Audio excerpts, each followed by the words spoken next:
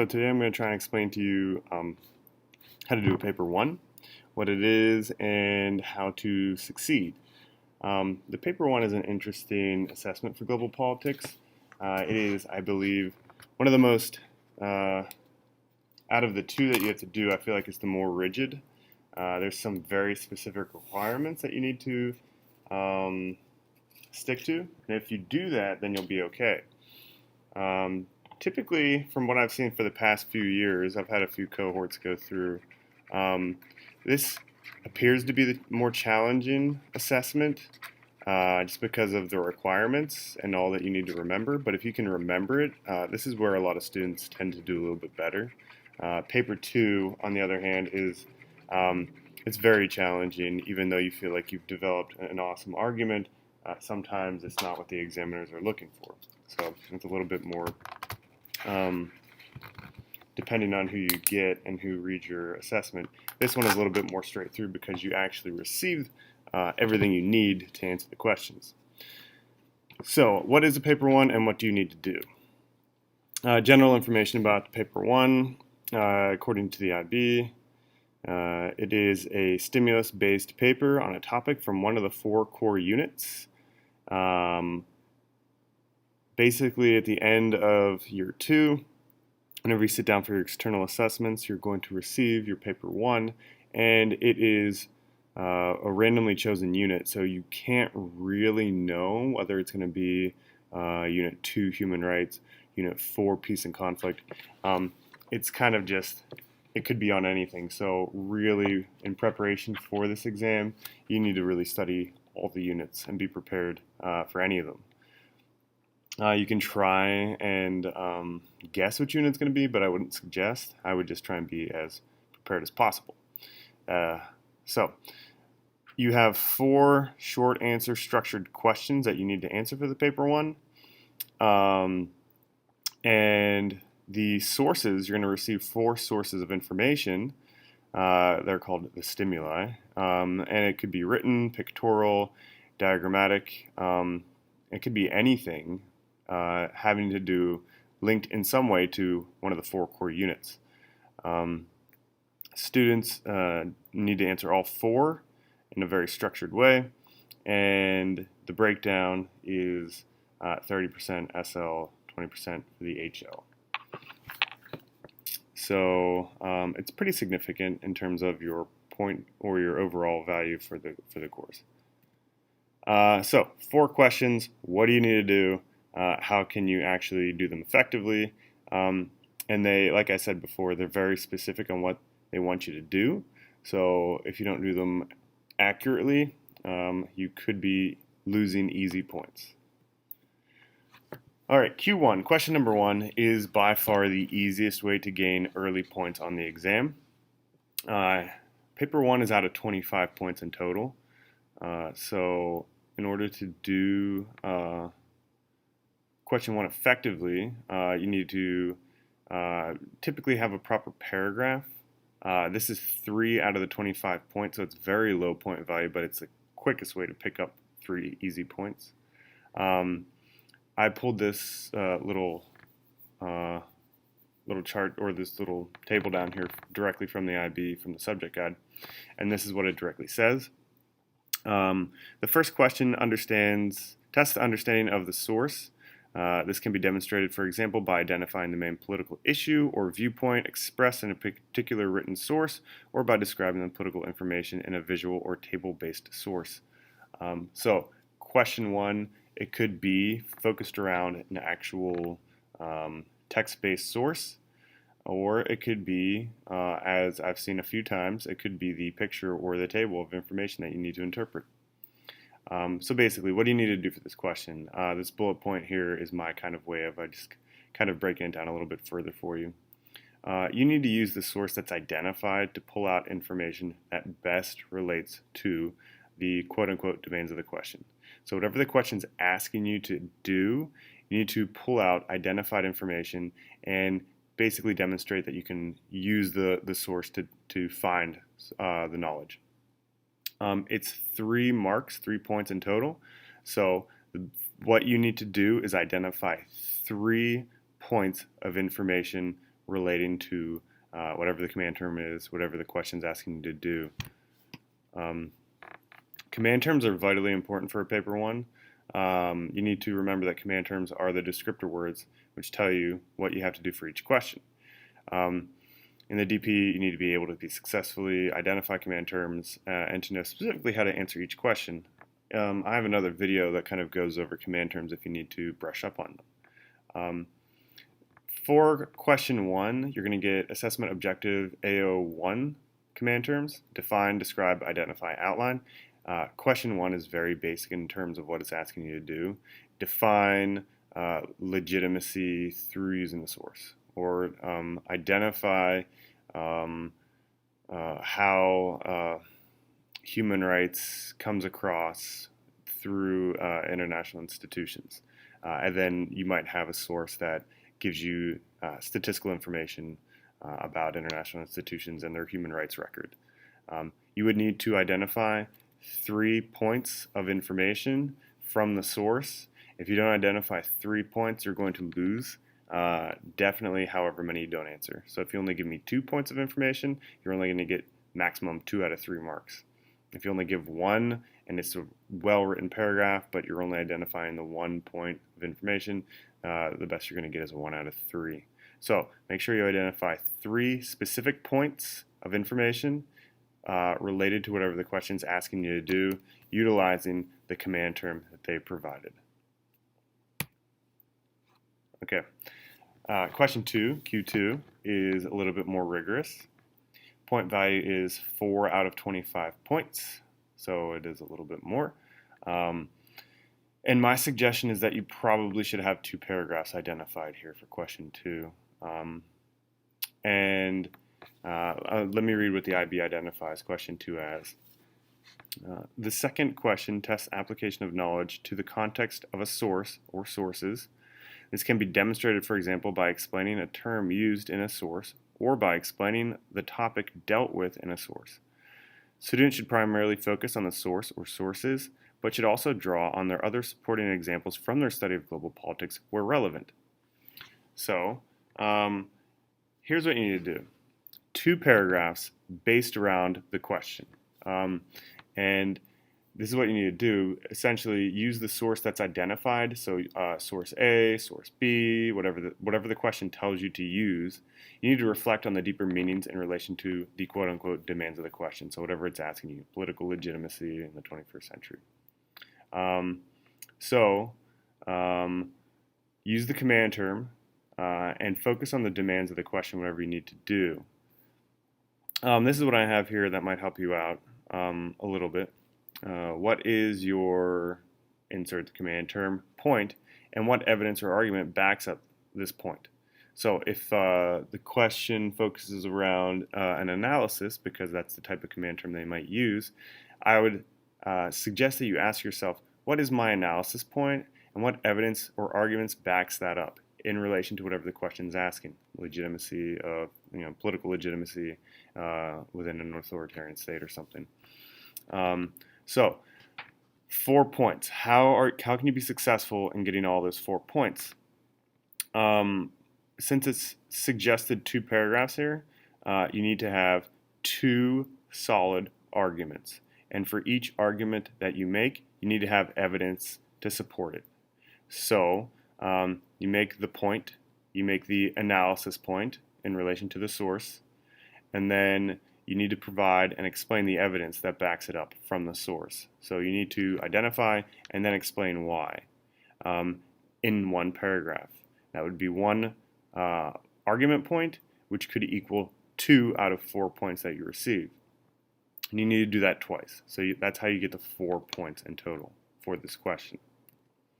Assessment objective 2 command terms: analyze, distinguish, explain, suggest. These are the type of questions, command terms that will pop up for question 2. And I just want to emphasize this right now. It's really important. Q1, Q2, total of 7 points out of 25 total points. If you do the math, there are 18 more points left on the test and only 2 questions left.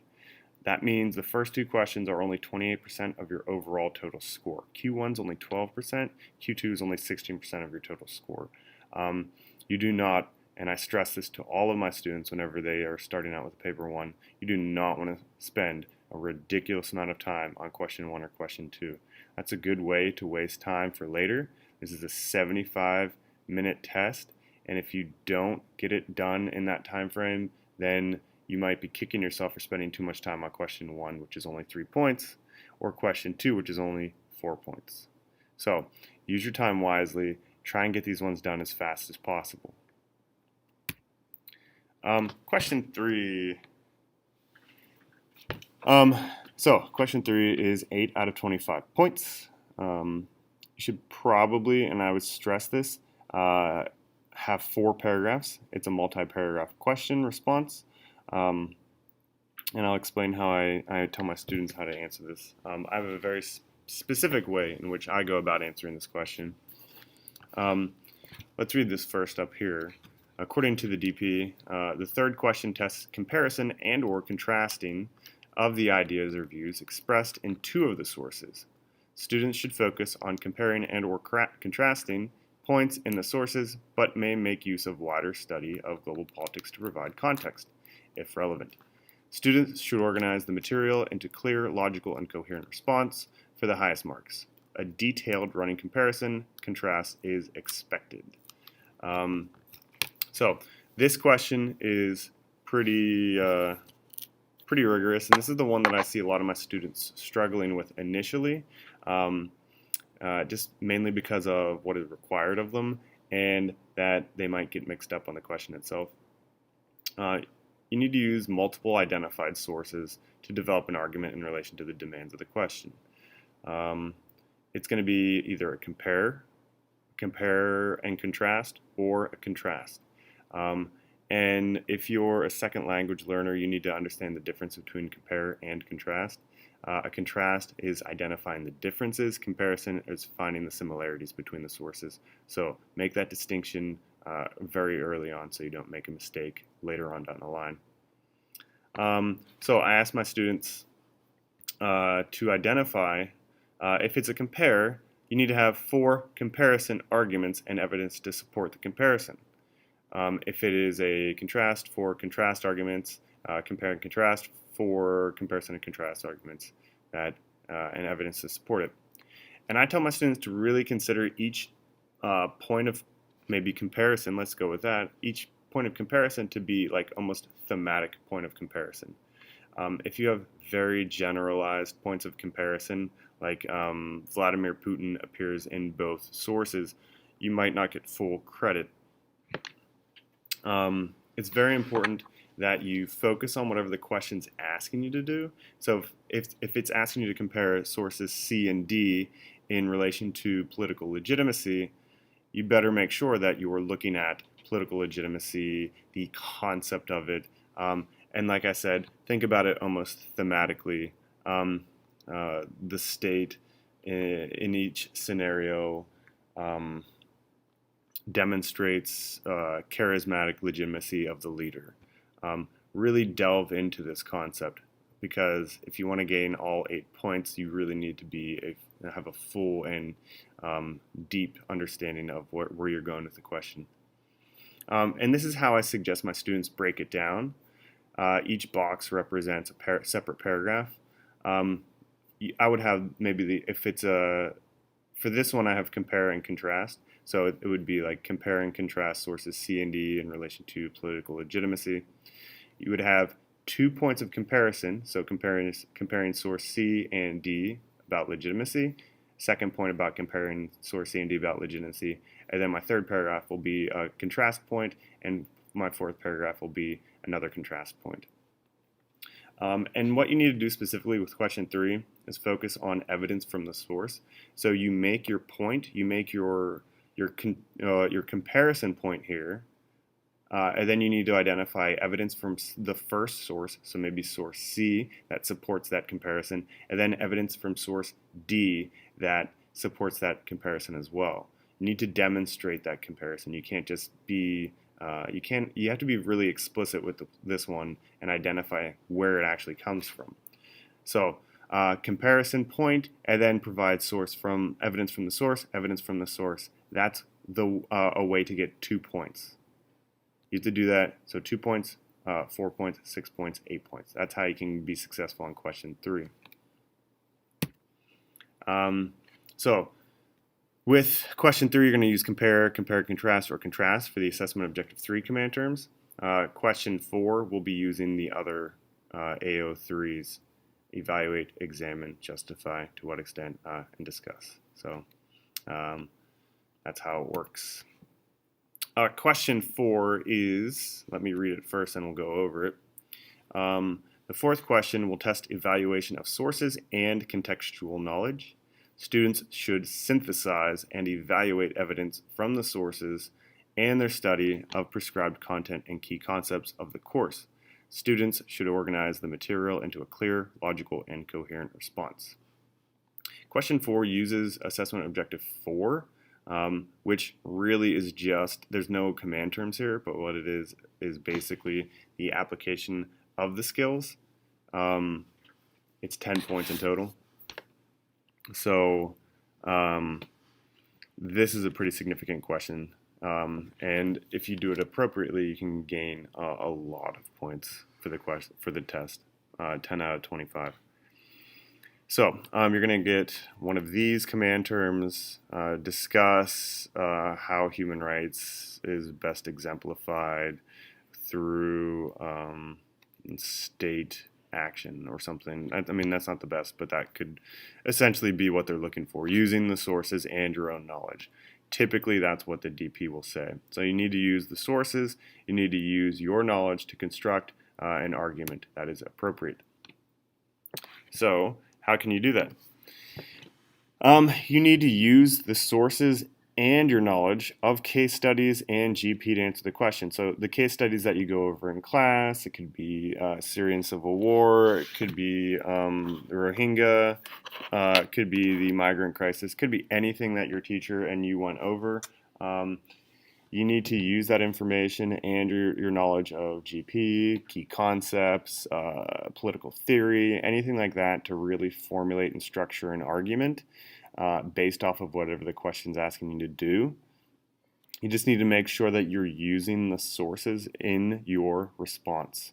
So my suggestion, and I know a lot of other DP teachers of global politics have said this as well, just to be safe, use all 4 sources. Even if it is just almost like a glancing kind of like a cursory, like, okay, source A suggests that this is the case.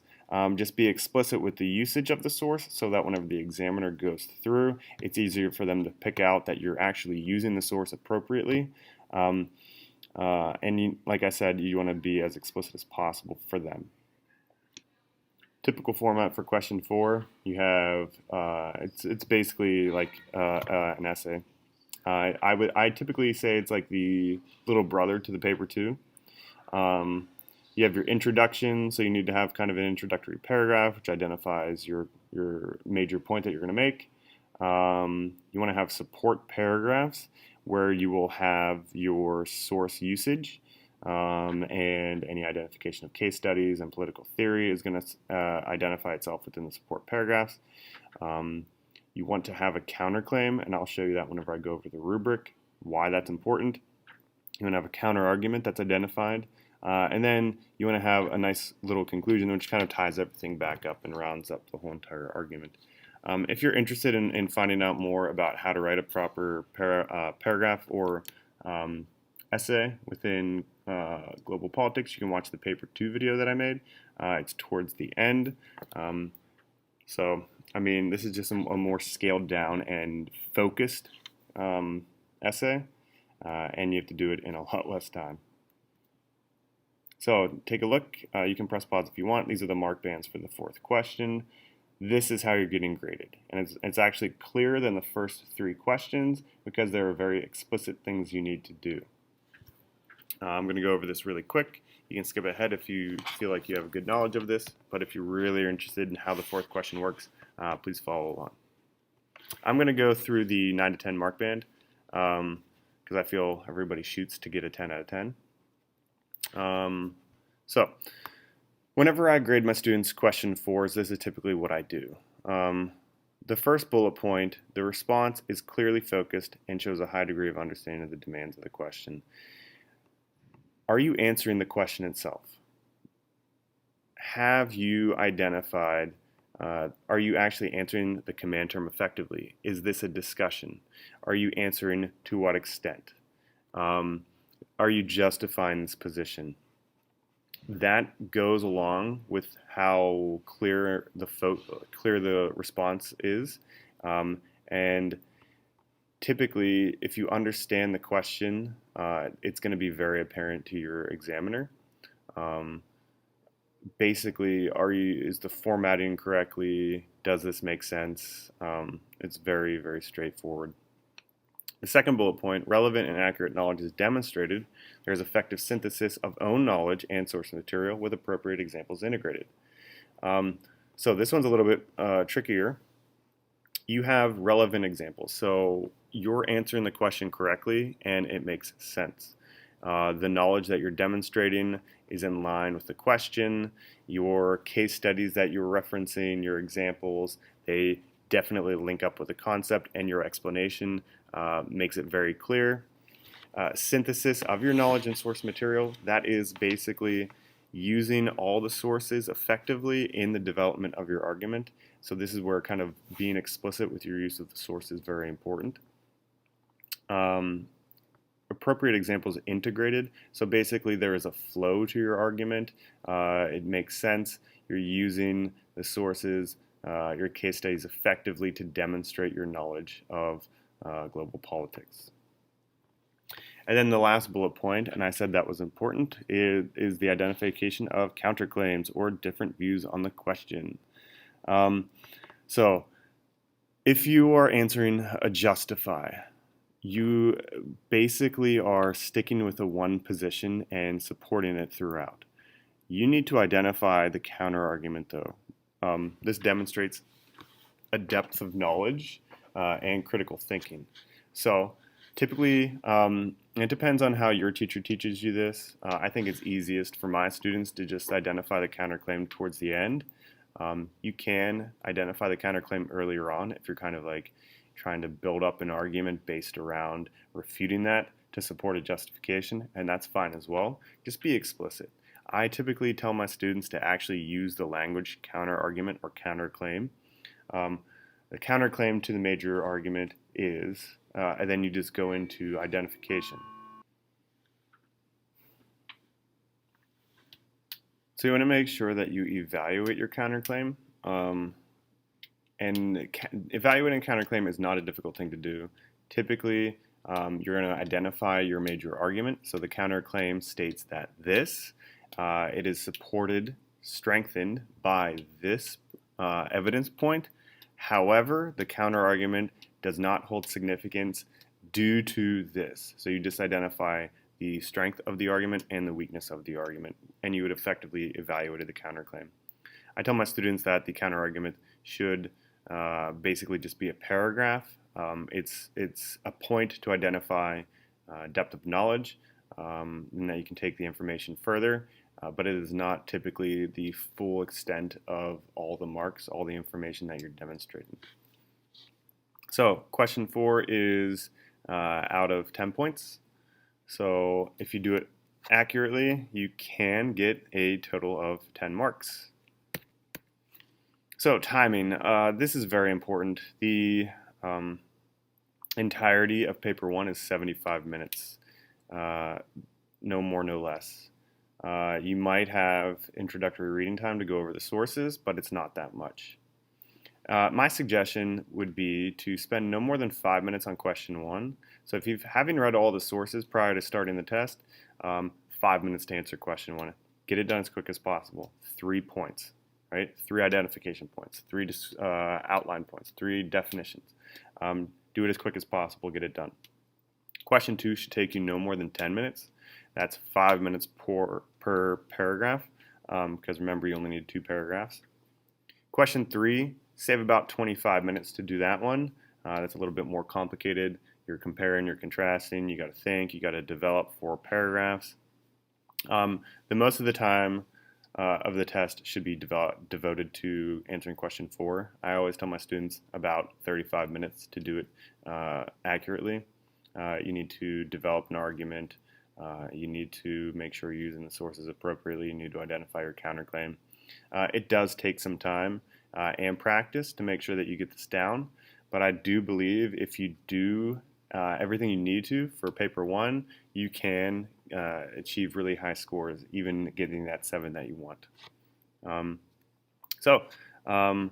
My suggestion is practice, understand your command terms, read the news. Current events are great.